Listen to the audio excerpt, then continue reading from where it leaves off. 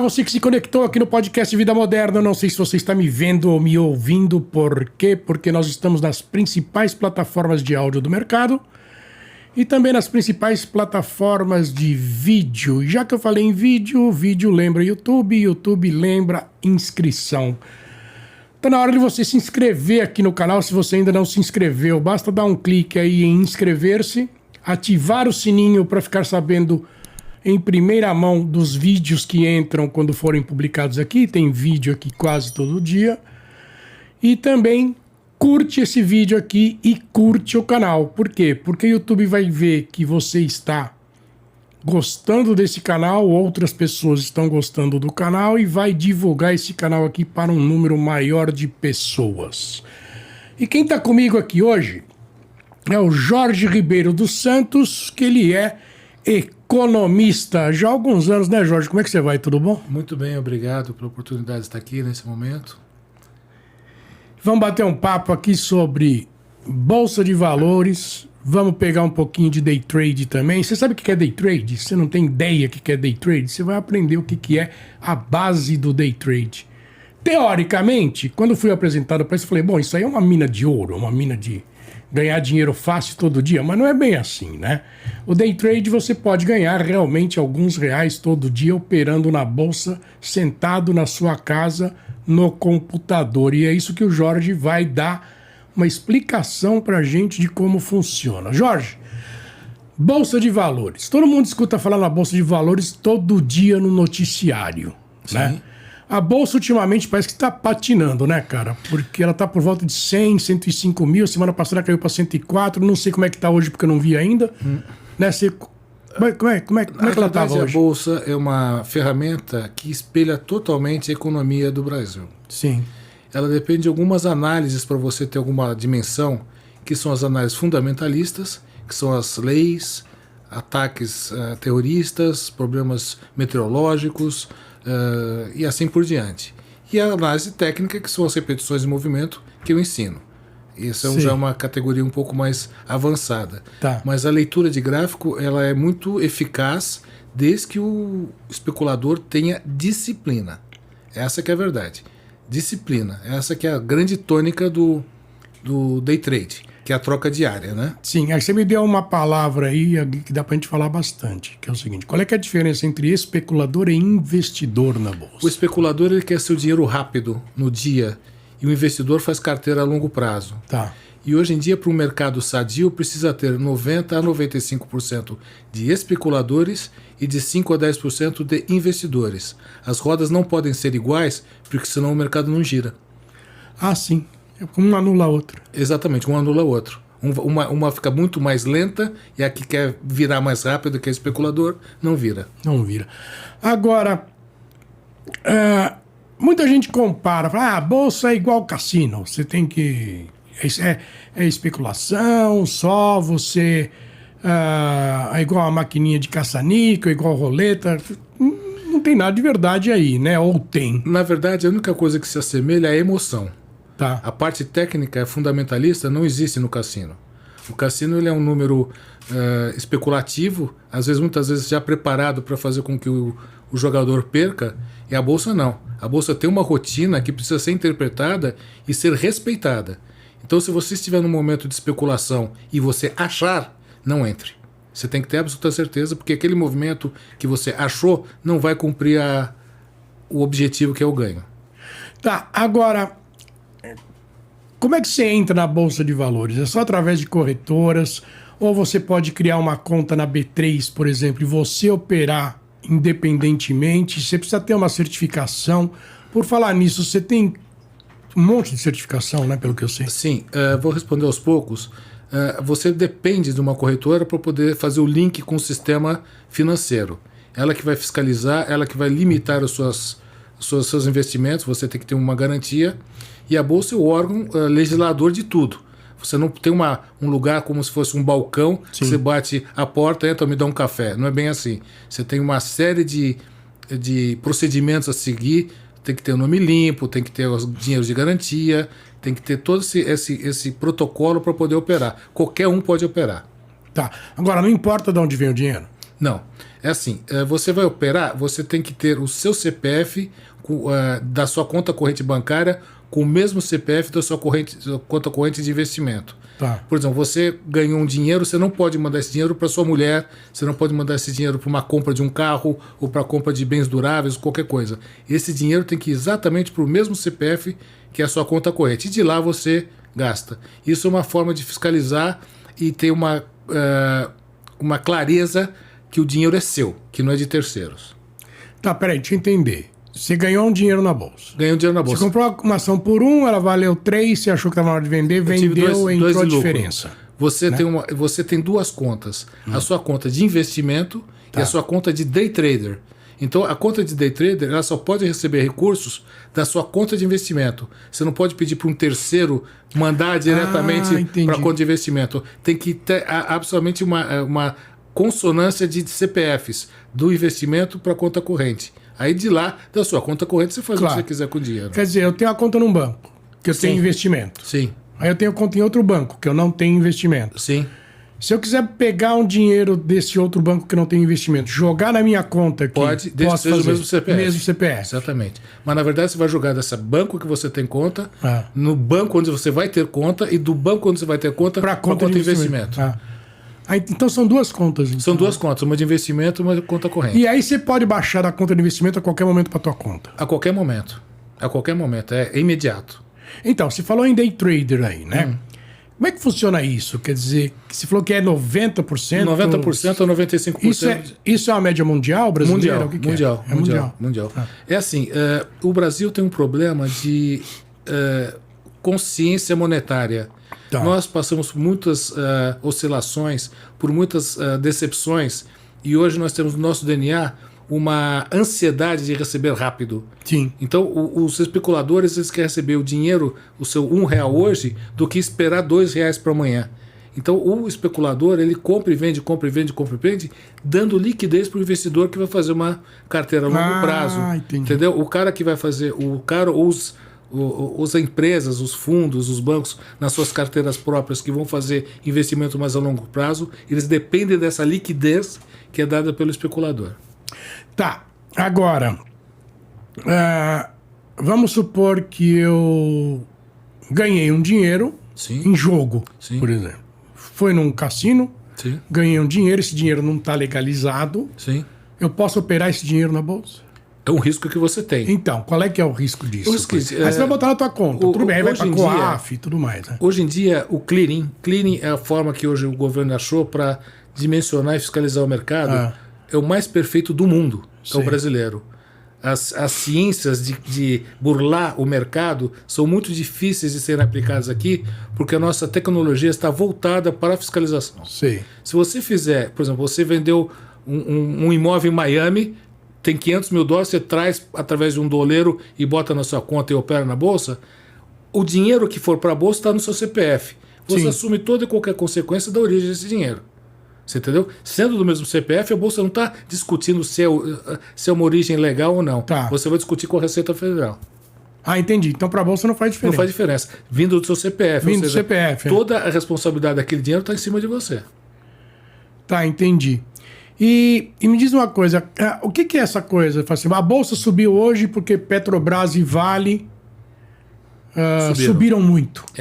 Elas têm esse poder de fazer a bolsa subir? Sim. Vamos imaginar que você tem um time de futebol dos quais os 3 jogadores da defesa são mais fortes. Tá. Eles têm um peso mais forte dentro dos 11.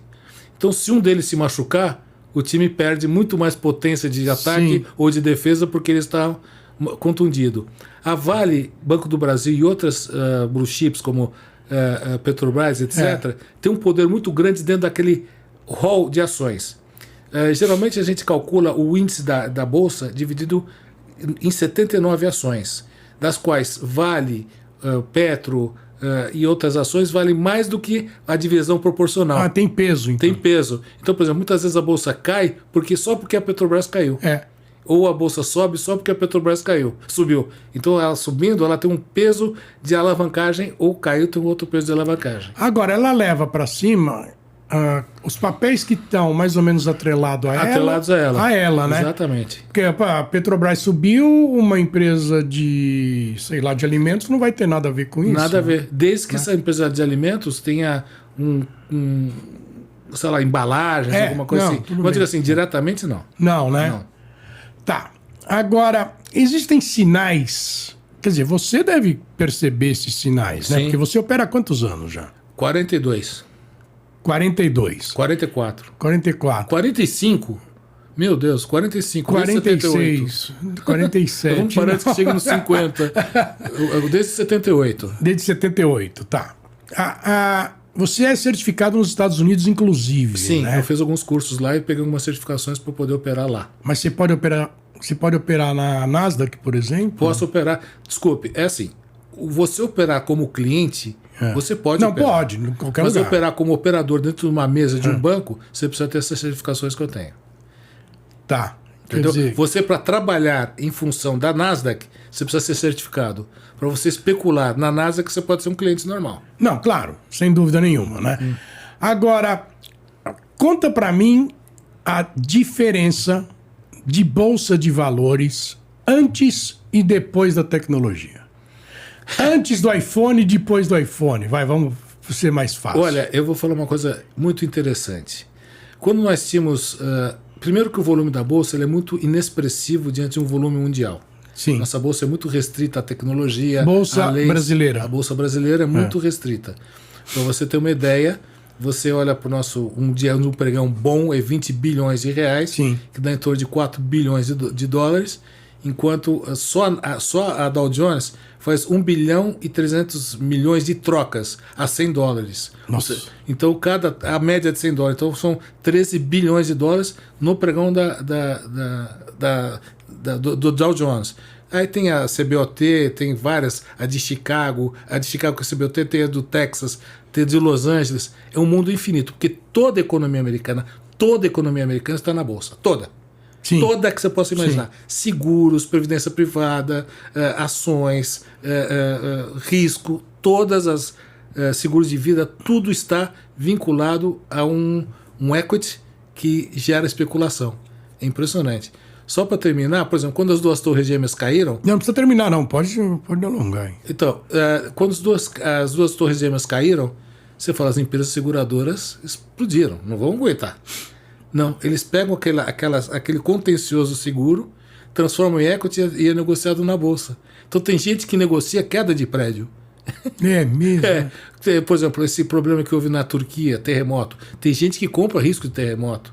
Tem gente que compra risco de tsunami. É certo que são aplicações de longuíssimo prazo, ou às vezes até sucumbem. Mas que existe. É um mercado totalmente amplo. Para você ter uma ideia, quando eu tirei meu certificado em Chicago, um cliente ele descobriu que a cortiça era um isolante sonoro mais eficaz que as lãs de pedra e não era inflamável. Ele pôs na bolsa, as ações dele de 8 foi para 8 mil no mesmo dia. Tá brincando. É uma coisa impressionante. Eu estava lá. Você entendeu? Então é uma violência. Para você ter uma ideia, nós temos uma limitação de troca de dados, informações. Lá são exponencialmente maiores, você entendeu? Porque é livre, lá é livre. Não existe uma legislação proibindo. Tem as leis de lavagem de dinheiro, claro. Mas você é livre para fazer o que você quiser, desde que esteja dentro de uma correção. Sim. Não tem nenhum órgão fiscalizador que vai falar, é feio você ganhar dinheiro. Muito pelo contrário. Quanto mais dinheiro você ganha, mais imposto você gera e mais feliz fica o governo. Entendi.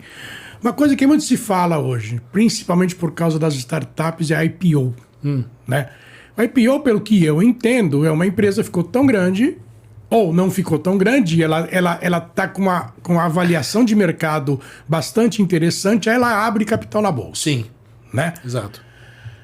Uma dúvida que quando surge esse assunto, todos os leigos falam o seguinte: tudo bem, aí eu fui lá e comprei. Esse dinheiro vai para a empresa? Não, é o seguinte, quando você abre o IPO da sua empresa, primeiro ela não pode ter nenhum contencioso, nenhuma dívida fiscal, trabalhista, e ela é avaliada por um banco. Sim. O banco passa a ser o seu tutor nessa brincadeira. Tá. Então qual que é a vantagem? Você quer ter sócios mais baratos.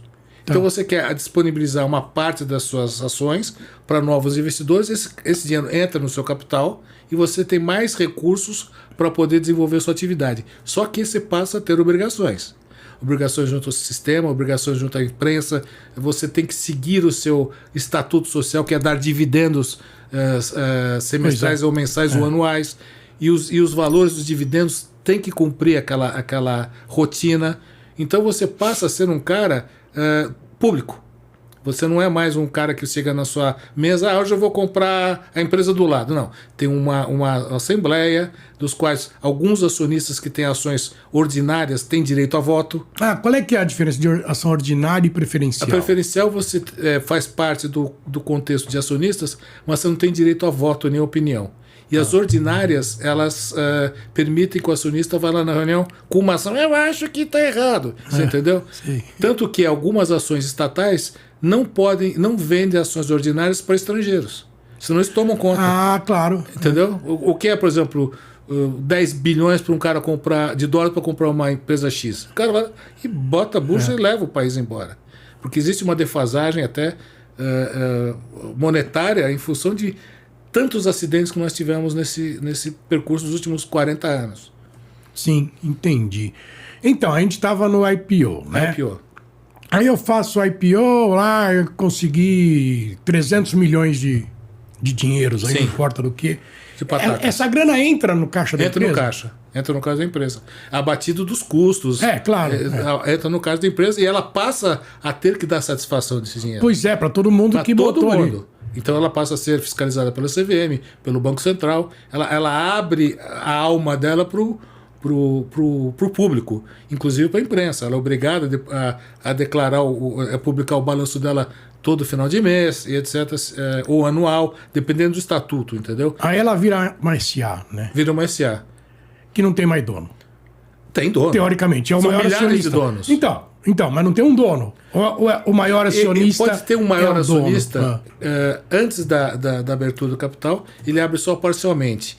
Mas dos acionistas que estão no mercado, ninguém pode ter mais que 50%. Entendeu? Você, por exemplo, abriu-se 10% das lojas de goiabada do Seu José.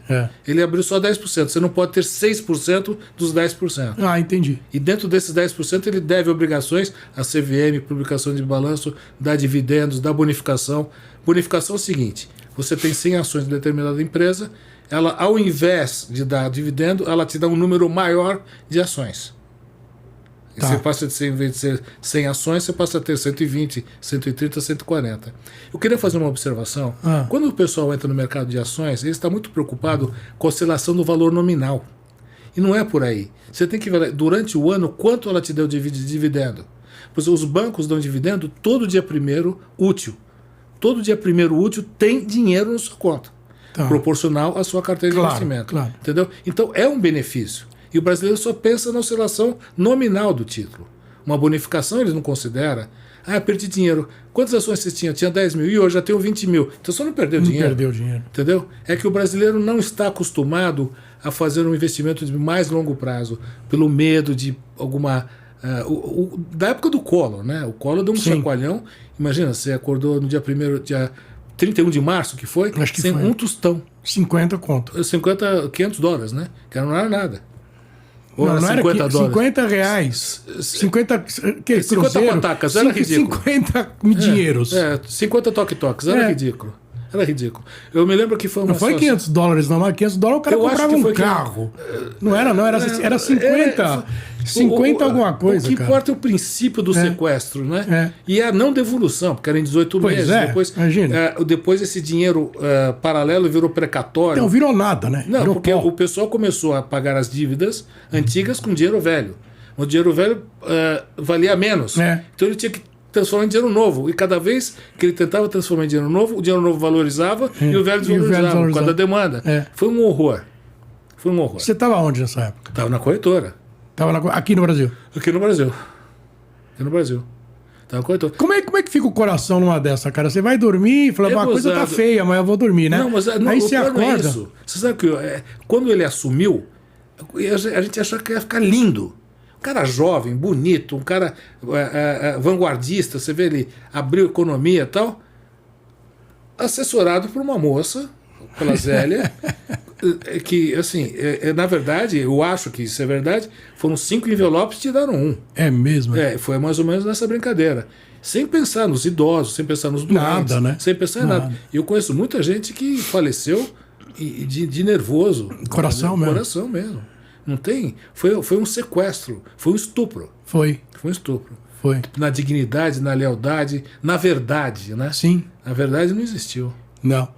E deve ter cada caso maluco, né? Eu conheço muitos casos. Que não pode ser contado. Suicídios, etc. Houve. Na frente do meu escritório teve suicídio. É mesmo? O cara pulou e a gente viu. Ia. É uma tristeza, é uma tristeza. É. Uma tristeza. Agora, me diz uma coisa.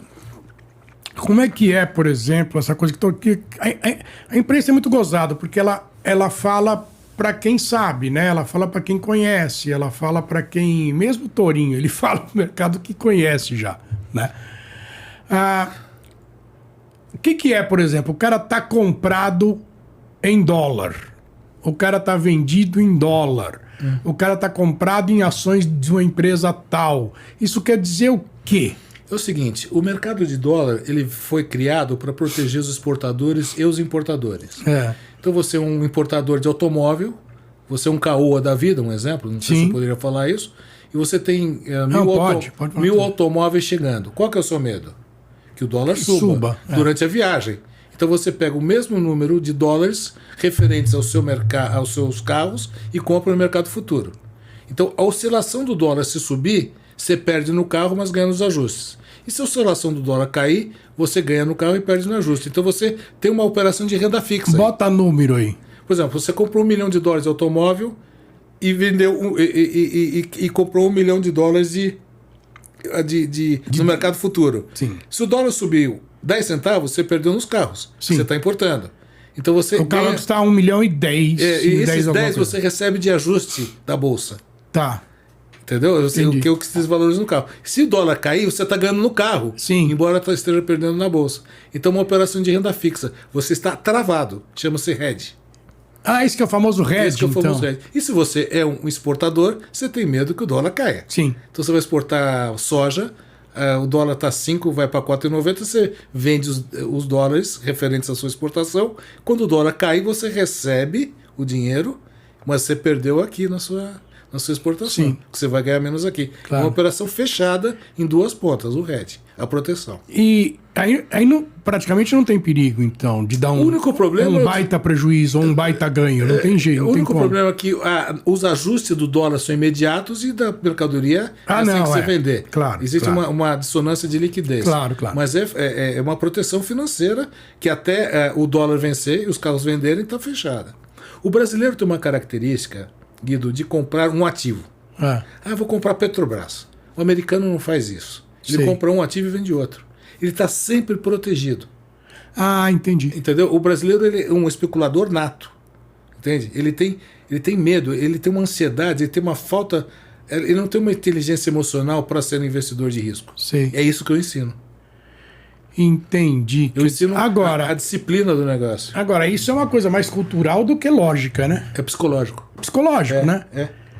Então, aí psicológico, vamos voltar no day trade um pouquinho. Você falou que você ganha no day trade um pouquinho por dia, são limites pequenos. A possibilidade de eu ganhar é grande se eu respeitar o que eu ensino. Então. Faço o que eu digo, mas não faço o que eu faço. Então. Mas vamos supor, o cara que não tem muita grana, entra no day trade, ele vai ganhar ali, sei lá, R$300 por dia. É minha intenção fazer com que os pequenos investidores façam parte desse contexto todo. Isso.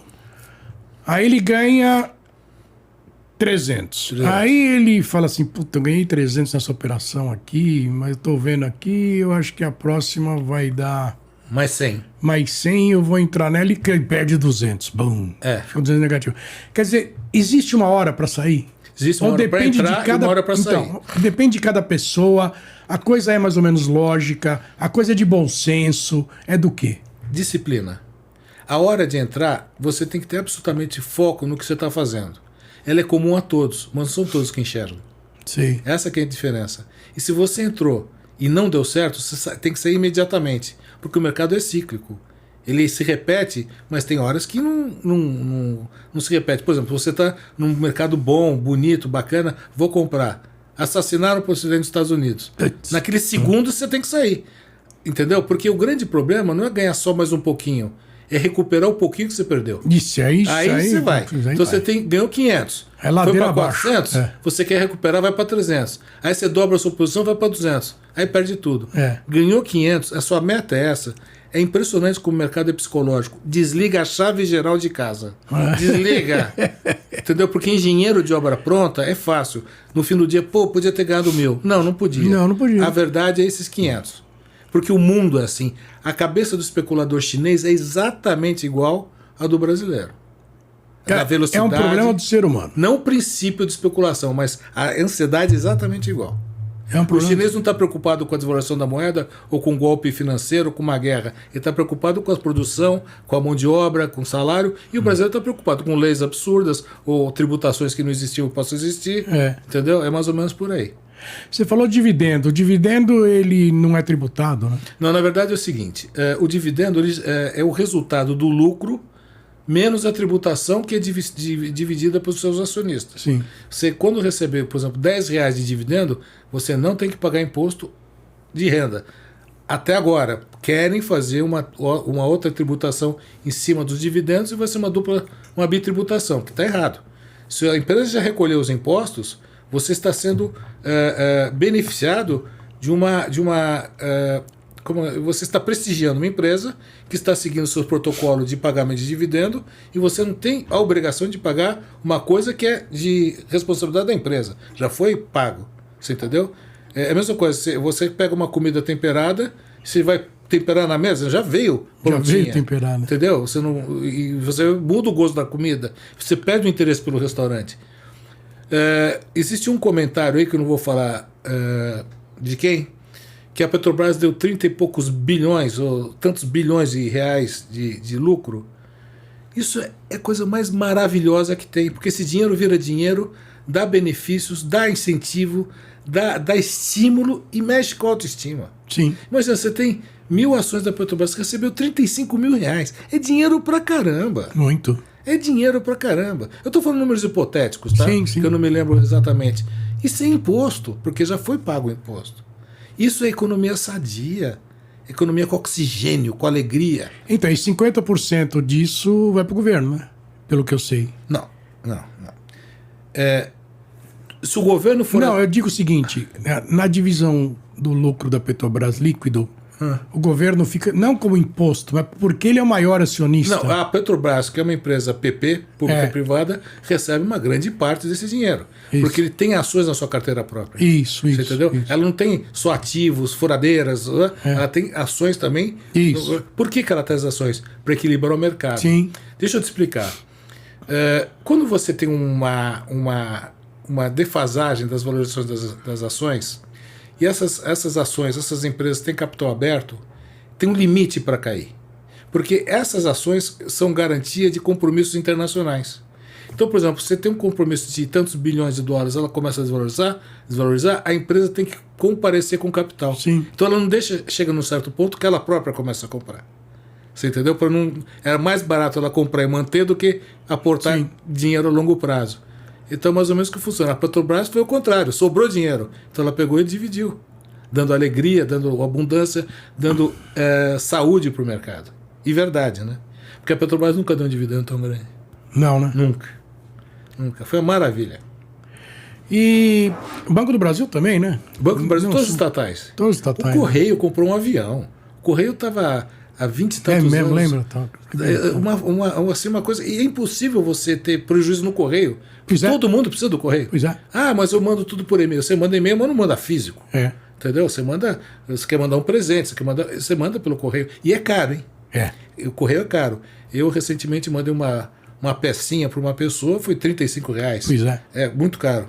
Eles têm uma aproximação, uma tabela de escala, que você, com tantos quilos ou alguma coisa, você paga um valor enorme. Entendi. Pra gente finalizar agora, onde é que o pessoal te acha nas redes sociais e qual é que são teus planos aí para 23? Em termos profissionais mesmo, né? Quer dizer, você vai botar algum curso no ar, não vai? Você está pretendendo o quê? Eu pretendo fazer cursos online. Tá. Pretendo pôr cursos gravados e eu aceito convites para fazer palestras e cursos presenciais, que eu gosto bastante. E eu tenho o Instagram, mercado_financeiro _simples. Desculpa, errei. Mercado_financeiro _simples. Tá. É um Instagram que eu acabei de fazer. Depois o Gabriel legenda isso aí pra gente. Mercado_financeiro _simples. E te acha no Facebook também? Acha no Facebook Jorge Ribeiro dos Santos. Ah, bom, e é tranquilo. É tranquilo. Aí pode entrar em contato com você. Pode entrar em contato. Pode entrar em contato para tirar alguma dúvida? Pode, sim, a hora que quiserem, estou à sua disposição. À disposição de todos que quiserem. Claro. Se quiserem anotar o meu WhatsApp... o WhatsApp sim, pode falar. É 11 9 81 17 81 81. Também pode te mandar uma mensagem. Pode mandar mensagens. Também. Eu prefiro que mande mensagens do que telefonar, porque muitas vezes eu não posso atender. E eu respondo todas. A minha intenção é fazer com que a base de investidores comece a aumentar. E quanto menos a pessoa souber, mais fácil é ensinar. Sim. São coisas Não tem vício, né? Não tem vício. Eu não tenho que quebrar padrões anteriores, entende? Então não existe ego, não existe autoestima, não existe um conhecimento subjetivo. Eu pego e ensino qualquer pessoa a operar na bolsa, desde que respeite os pontos e tenha disciplina. Claro. Se não tiver disciplina, se um dia acordar de mau humor, não é dia para entrar no mercado.